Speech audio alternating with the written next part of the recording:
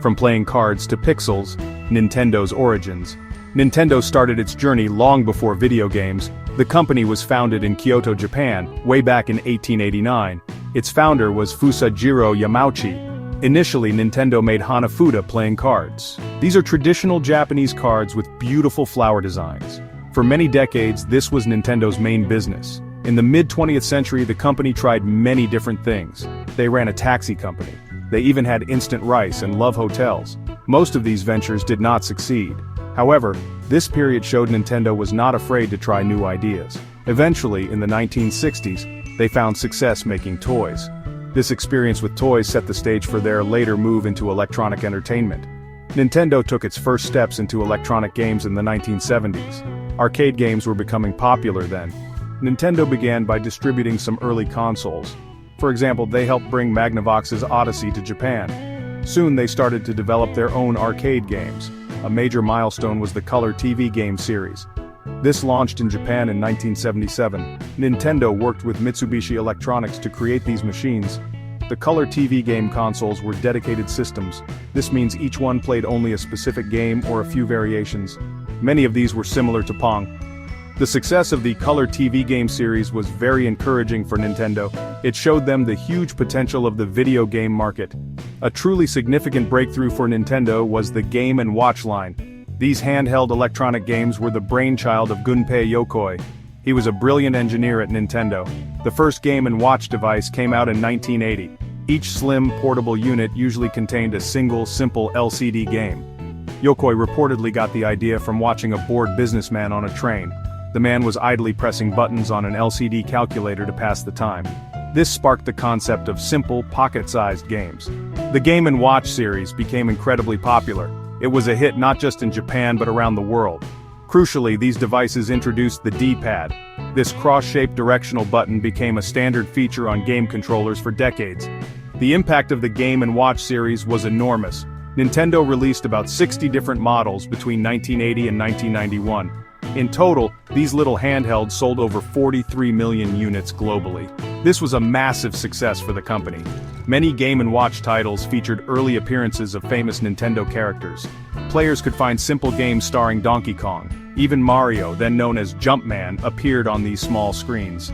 The Game & Watch was Nintendo's first major international success in the electronic gaming market. It provided valuable experience in game design and hardware production. The profits also helped fund Nintendo's more ambitious home console projects. This success cemented Nintendo's reputation for creativity and fun. The early 1980s were a tough time for video games in North America. The market experienced a severe crash in 1983. This happened because too many consoles were released. Many games were also of very low quality. Consumers lost faith in video games. Companies like Atari, which had been a giant, suffered badly. Retail stores became wary of stocking video game products. Some people thought video games were just a passing fad. However, Nintendo saw the situation differently. They believed that a high-quality console with good games could revive the industry. Nintendo had already launched its Famicom console in Japan in 1983. It was very successful there. Nintendo carefully planned its entry into the struggling North American market. They redesigned the Famicom. The new version was called the Nintendo Entertainment System, or NES. It had a gray, boxy design. It looked more like a VCR than a typical game console. This was a deliberate choice. Nintendo wanted to avoid the negative image associated with video games at the time. The NES launched in North America in October 1985. It was an 8-bit system. This meant its processor could handle 8 bits of information at a time. Games came on chunky plastic cartridges. Nintendo also introduced its official Nintendo Seal of Quality. This seal assured customers that the game met Nintendo's standards. The Nintendo Entertainment System was a phenomenal success. It almost single-handedly resurrected the home video game market in North America. The NES went on to sell over 61 million units worldwide. This made Nintendo the undisputed leader in the video game industry. The console became a household name. Many of Nintendo's most famous and beloved franchises began on the NES. Super Mario Bros., released in 1985, was a groundbreaking game. It became a global sensation and made Mario an icon. Other legendary series like The Legend of Zelda and Metroid also started on the NES. These games offered deep, engaging experiences that captivated a generation of players. Following the incredible success of the NES, Nintendo released its next console. This was the Super Nintendo Entertainment System, or SNES. It launched in Japan in 1990 as the Super Famicom. It arrived in North America in August 1991. The SNES was a 16-bit console. This meant it had more processing power than the NES. This allowed for significantly improved graphics, more colors, and better sound. The SNES controller was also an upgrade. It featured more buttons, including shoulder buttons. The SNES faced strong competition from the Sega Genesis, known as Mega Drive outside North America. This period was famously called the Console Wars. Despite this rivalry, the SNES was the best-selling console of the 16-bit era. It sold nearly 50 million units worldwide. Nintendo also became the king of portable gaming.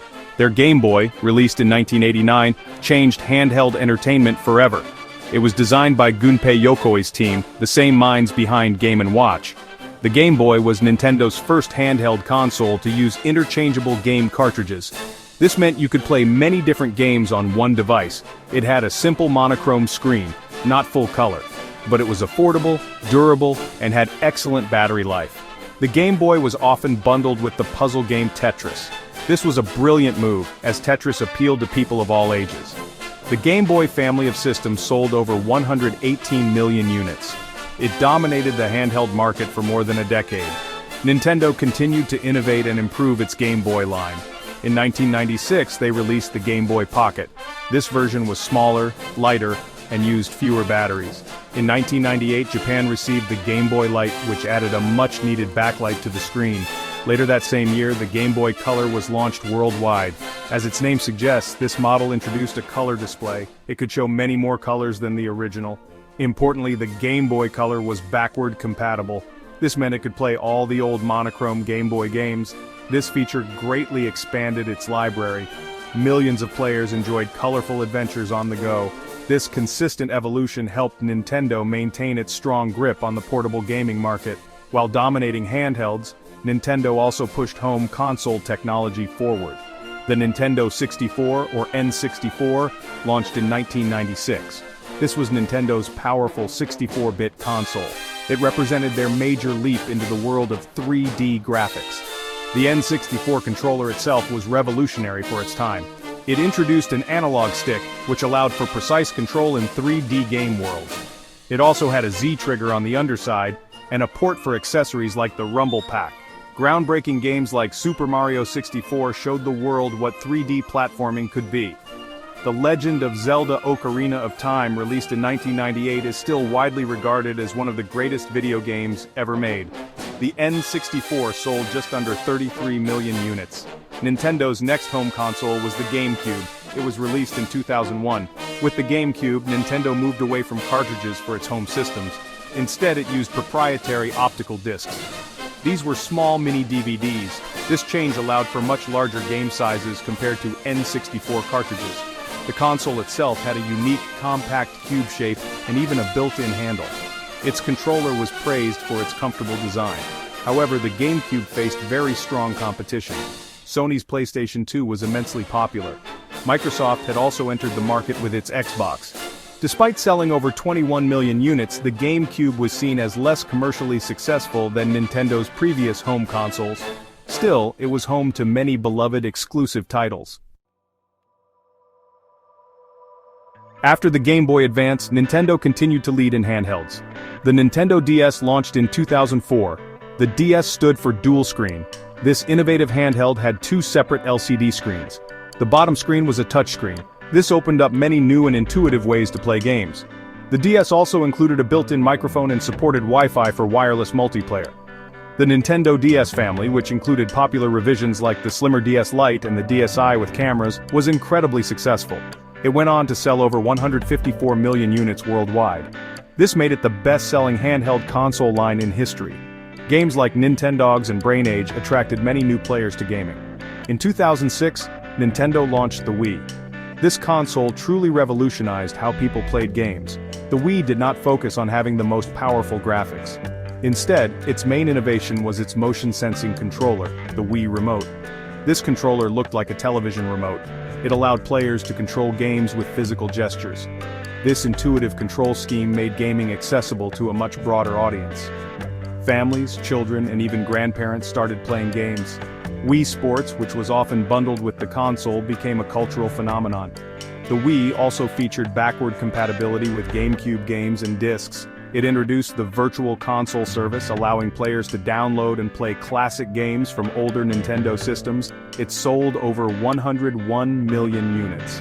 Nintendo's next console, the Wii U, arrived in 2012. It was Nintendo's first console to support high-definition graphics.